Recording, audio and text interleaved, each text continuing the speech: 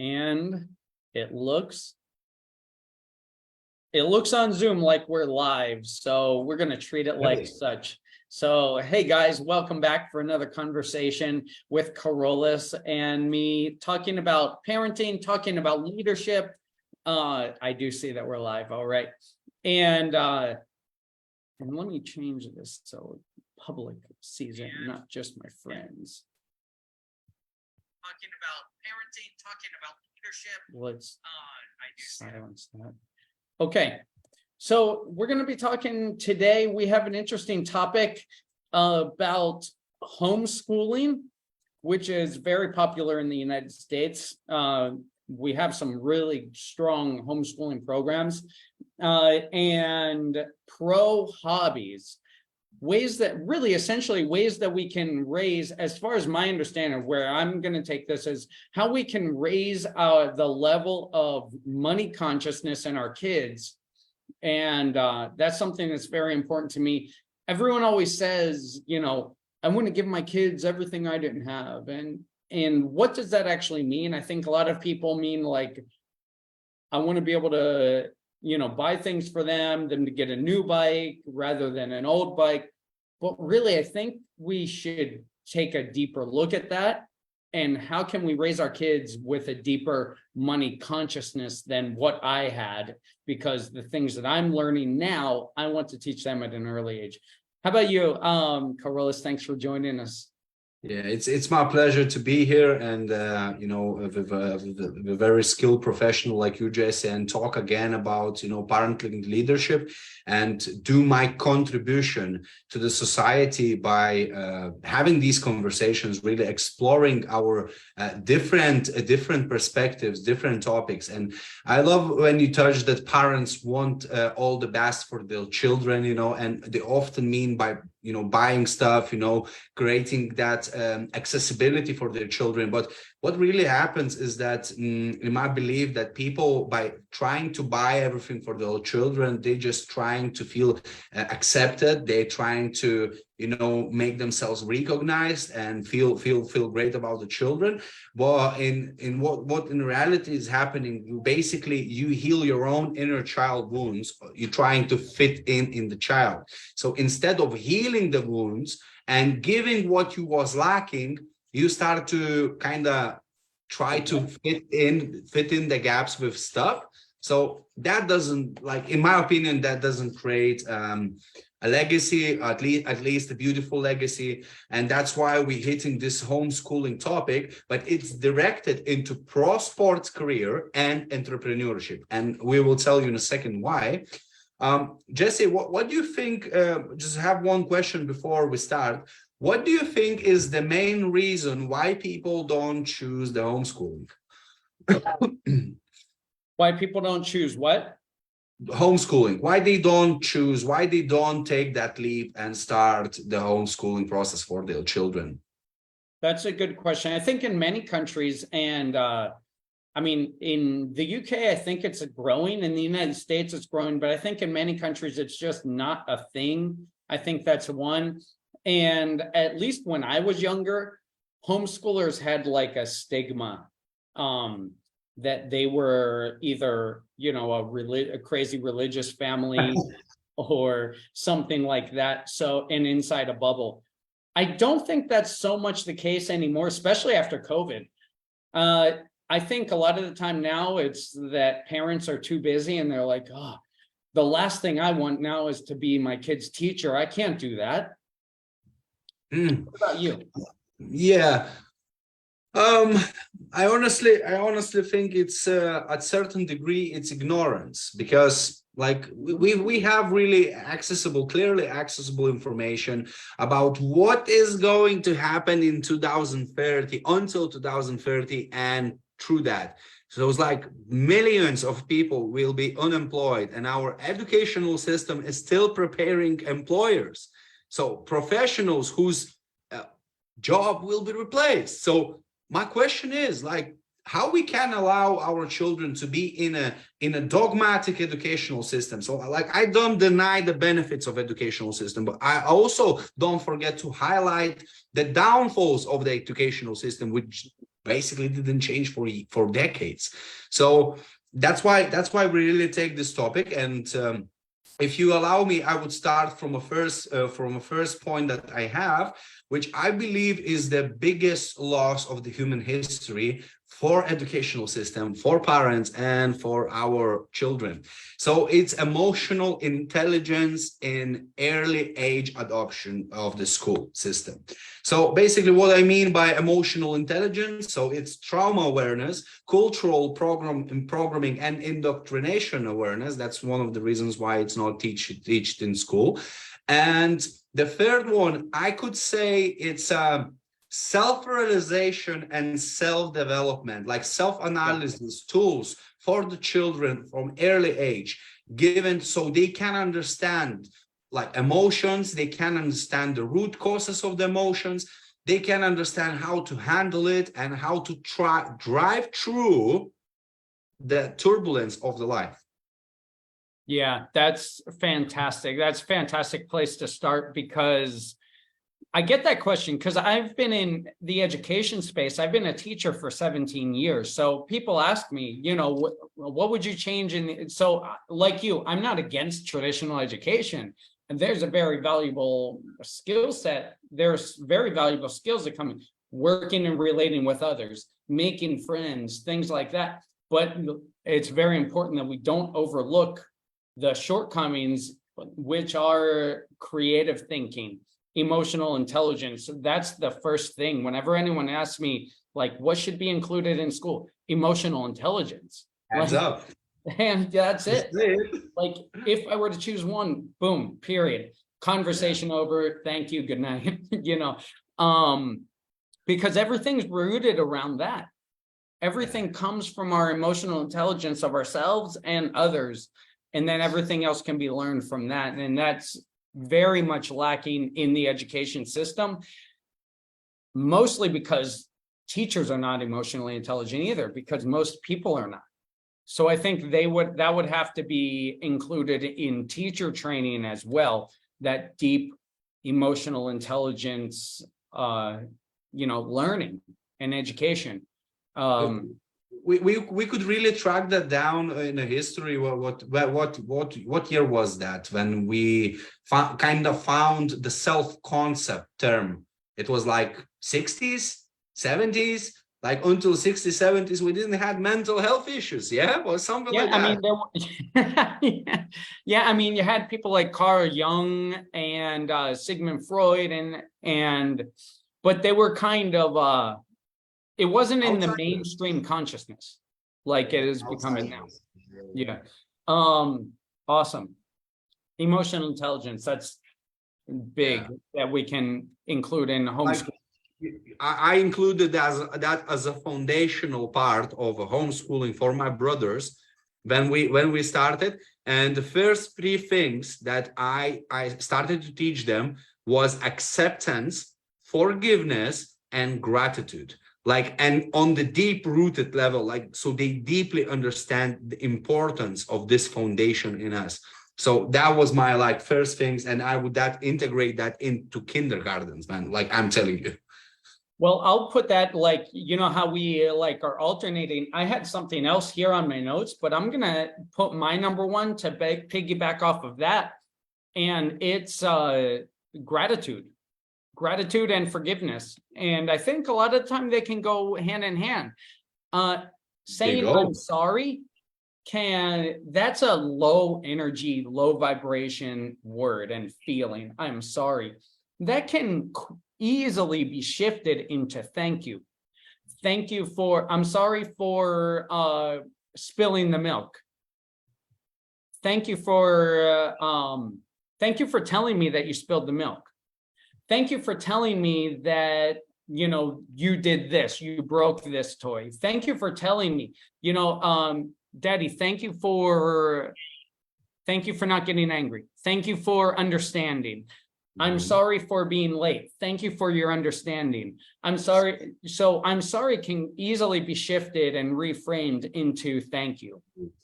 And one thing I do with my kids is every night, it's turned into like a game, but what you're grateful for. You know, tell me what you're grateful. What's one thing you're grateful for today? And one thing tell me a win you had today. So just things like that, gratitude and awareness. I think that's a great thing to teach. That's not in most school curriculum. So even if you don't do homeschool, these are things that you can start to teach as, you know, homeschool after school. Yeah, it's even if your children are going into school, and I would just like to add that acceptance part. Why I use the three of them, because you took out two of them. So in my belief, without acceptance, we cannot feel grateful. Without acceptance, we cannot forgive, because first of all, you have to accept that it happened and accept that it's in the past. You know, you can release it. Like the forgiveness is also for me as detachment. You know, when we forgive somebody, like we don't really forgive because of them. We forgive because of ourselves, because we feel that struggle, we feel that hurdle, we feel that emotion, which brings the need for asking for forgiveness or giving the forgiveness. So it's really a big topic. I think me and Jesse, we're gonna touch it in our 7-day workshop. You know, we can give a little hype for the people. Yeah. So we basically decided to launch the 7-day workshop, and Jesse gonna give you a little glimpse on what we're trying to deliver. Yeah, I actually just in the introduction, I put that in the comments. We'll be covering that in the group. So I added that in the comments below. We're going to be delivering a 7-day workshop where we're going to be going deep on topics like we're covering today, on how to show up for your kids as a leader so that you can do just that, so that you can raise them up to not only have everything you didn't have as a child, that's the cliche, but to be everything that I wasn't, and to be everything that I'm becoming. But if they can become these, raise their awareness, raise their money awareness, self-awareness, emotional intelligence at the young ages, 5, 6, 7, or even younger, that changes them as a human being. And that's what we're going to cover in this workshop. That gives a chance, like a legacy chance for them to become the top best version of their life potential. Yes, and that's what we're doing, and we are creating a legacy that outlives us, because we're the one that changes our family tree. You know, many of us, we have generational cycles. That's one of the things that I talk about, is breaking those generational cycles of communication cycles, of thinking cycles, of being in you know, well, it's just the way that it is. Well, no, it's not. It's can just break a coping mechanism. What? It's a coping mechanism, exactly. Well, that's the way my father did it, and well, so does that make it right? No. And that's the way. You don't understand people in my culture. My country is different.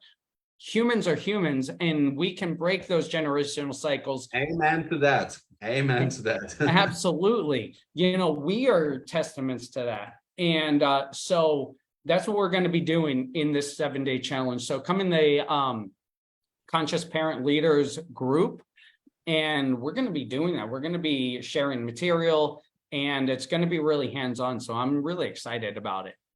Yeah, definitely. What's your number 2? Yeah, so my number 2 is entrepreneurship. One of the main segments that should be incorporated into homeschooling. And don't think that entrepreneurship is business, just business. No, business is systems. Business is a mechanical structure of something which generates, produces, and generates.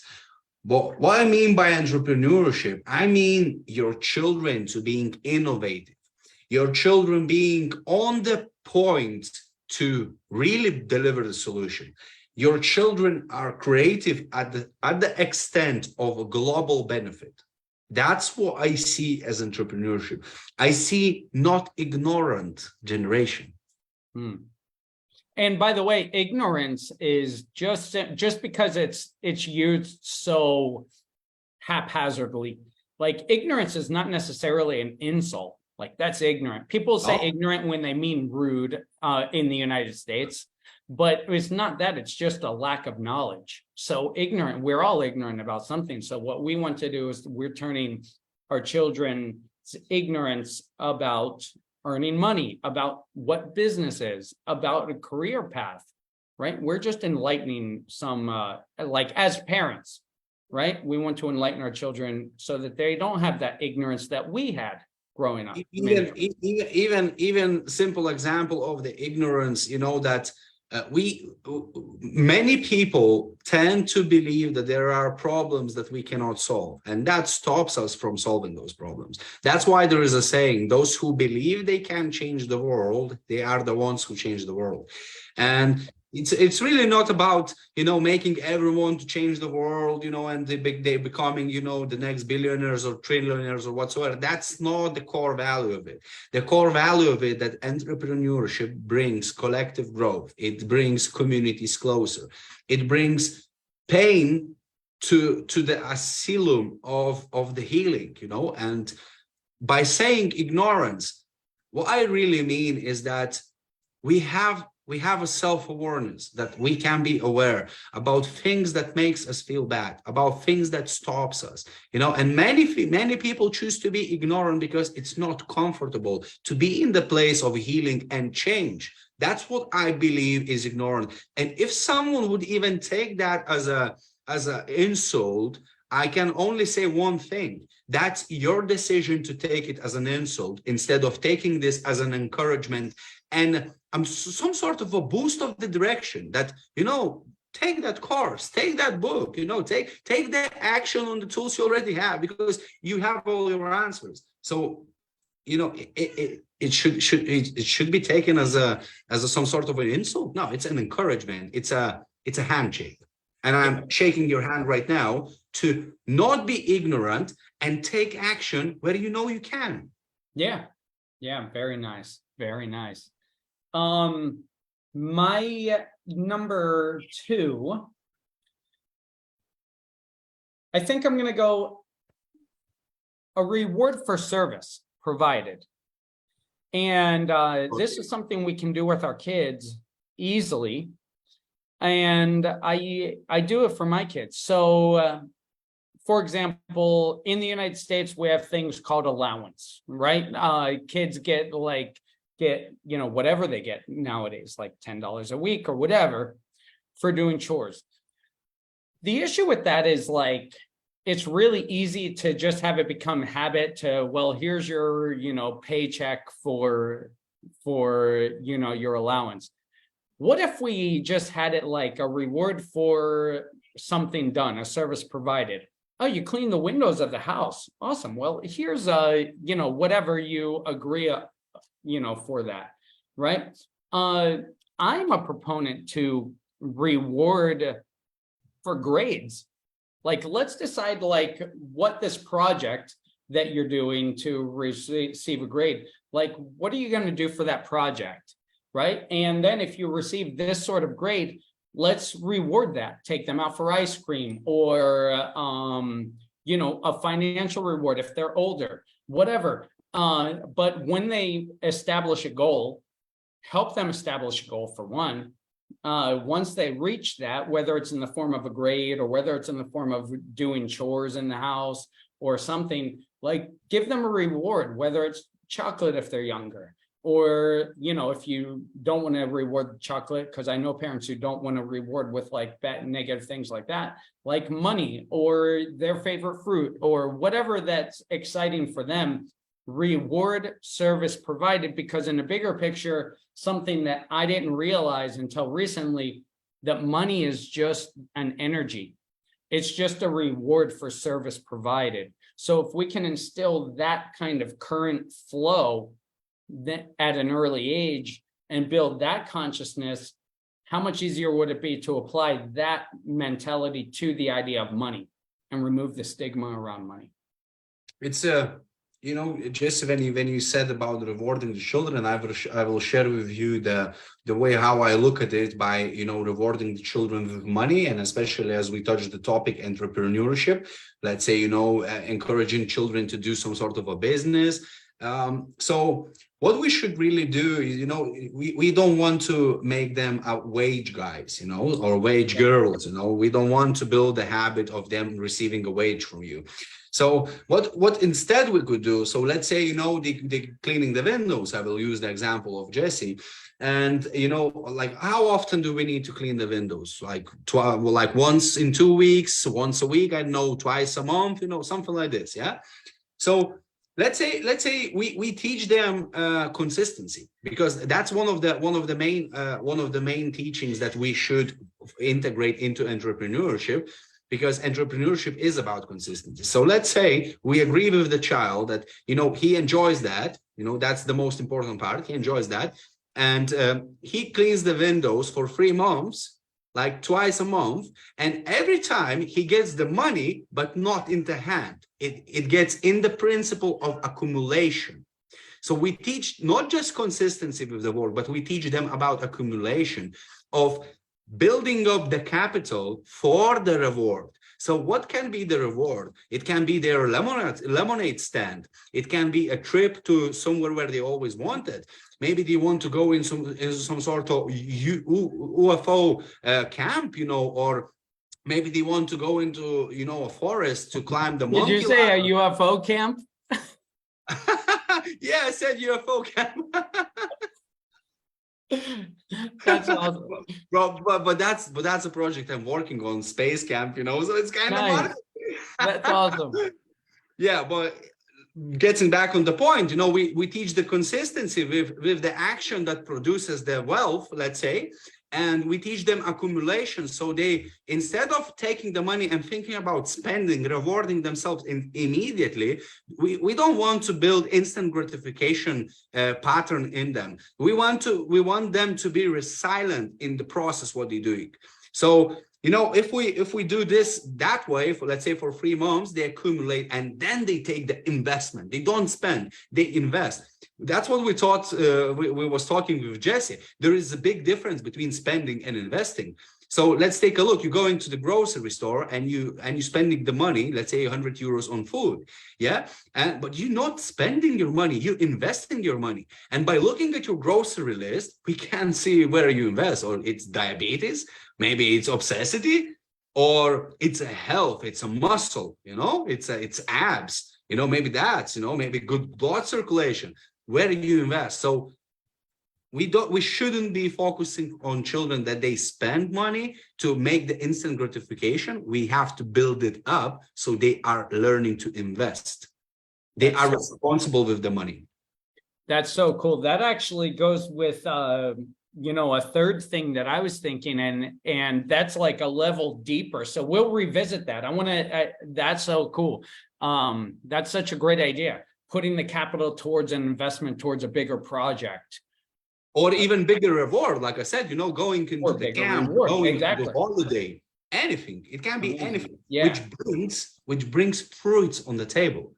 Reward for a trip or whatever. Yeah, that's so cool. Okay, what about your number 3? Do you have another one?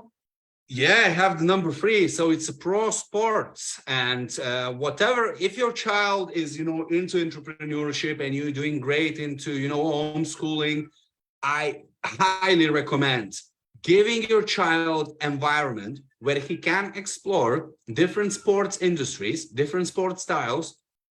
And by building this mindset of accumulative and continuous development, you basically give them tools to use that in professional sports. So, for example, on Mondays, your child goes into karate. On Tuesdays, they go into Brazilian jiu-jitsu. On Wednesdays, they go for football. On Thursdays, they go for dance. And on Fridays, they do gymnastics, let's say, yeah? So, it doesn't look like it's building a habit, but what it builds, it builds awareness of the interest. What is his interest? What is she is passionate about? Yeah, well, the child's interest. And when you start to notice where your child feels the best, at which group, in which sports industry, where he becomes passionate about, start to involve him into competition by implementing emotional intelligence, that the competition is not toxic competition. It's not because I want to win, I want to win. No, it's because of becoming better. That's so cool. It's because of accumulating that that achievement, the professional achievement, which brings your mind into the level where, okay, my potential is way greater than I thought before. That's so cool. That kind of goes with what we talked about in our last call of martial arts. So it kind of like opens it up. If martial arts isn't your thing, or if it is, like another sport too. It's not like an either or. It can be football. It can be gymnastics. It can be swimming. Come on. Gymnastics. Yeah, it could be like ballet and dancing. Yes. Like any It's sort of all like Olympics. Community and physical activity. That's so cool. What's on your table? I was going to say, kind of to go along with that, with the thing we said before, like creating something or buying something to sell. I remember kids in high school that they kind of, and my cousin did this. His dad bought him like little, like bite-size, chocolates, like fun-size Snickers bars, like a bag of them. And he would sell them for like a quarter or something and then get like a profit from selling the bag. Something like that. And my daughter, for example, she's really good at like creating like little things. She creates little bracelets and necklaces. So I was like, what if you created that and like sold that to your friends if they really like it or something like that? So she created like a little poster with the prices and stuff. So anything that you could like monetize. And again, the deeper idea of this is to remove, and I know I can feel it because I can feel into myself kind of and this goes with like awareness, the resistance behind the word monetize, as if it's like this evil thing. So to remove the evil idea of the word monetize from our children at an early age.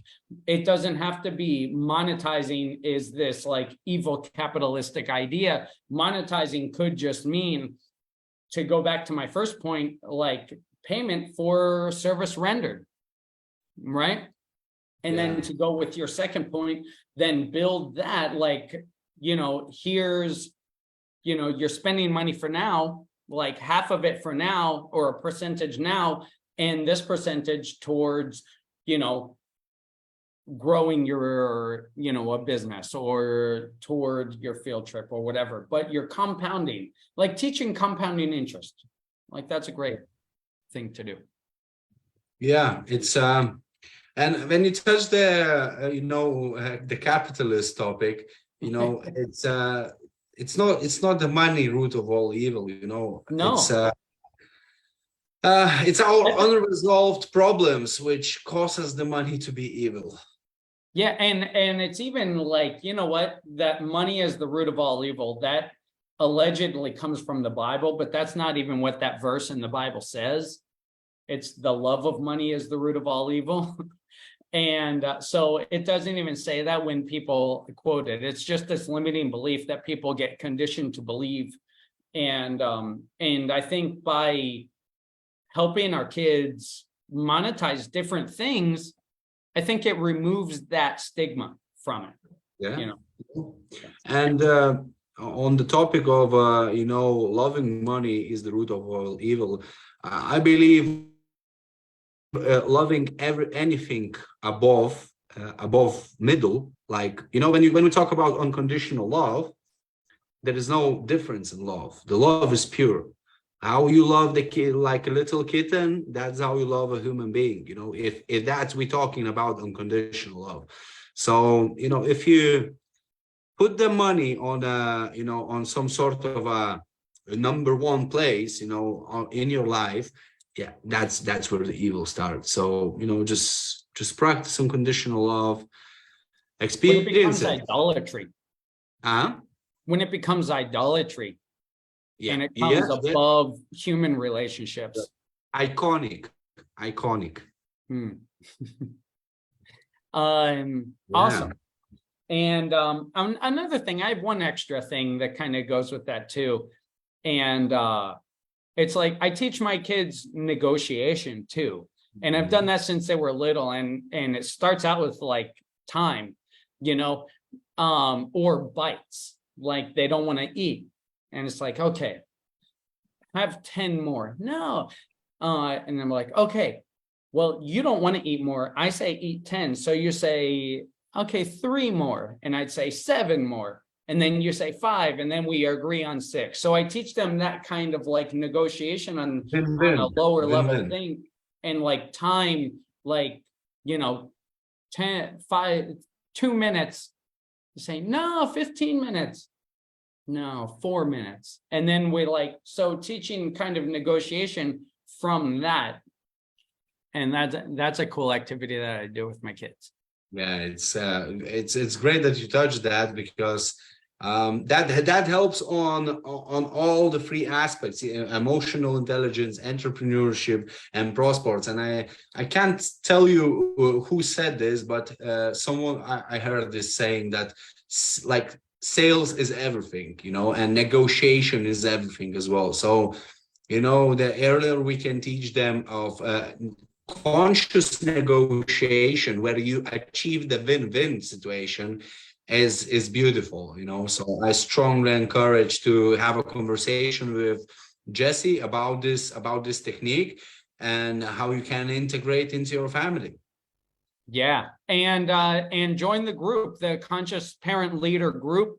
We're gonna hit a workshop here in several weeks where we are going to raise the conscious awareness and conscious negotiation, conscious awareness of how we parent, so that we can raise our kids to be better people than we are. Yeah, like give them that opportunity, you know, give them that opportunity that many of us didn't receive. Yeah. And create the environment which doesn't require force to maintain it, but it comes from you.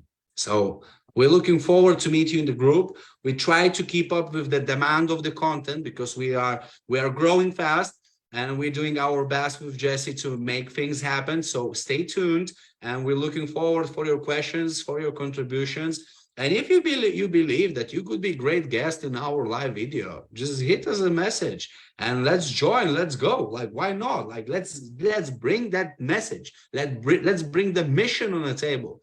So that's my sincere wishes to you. That's all. That's a great ad, because I do have like different parenting experts and different parenting coaches. Anyone, if you're watching to this point, let's go. Let's figure this out, and let's get on these lives together and share your wisdom.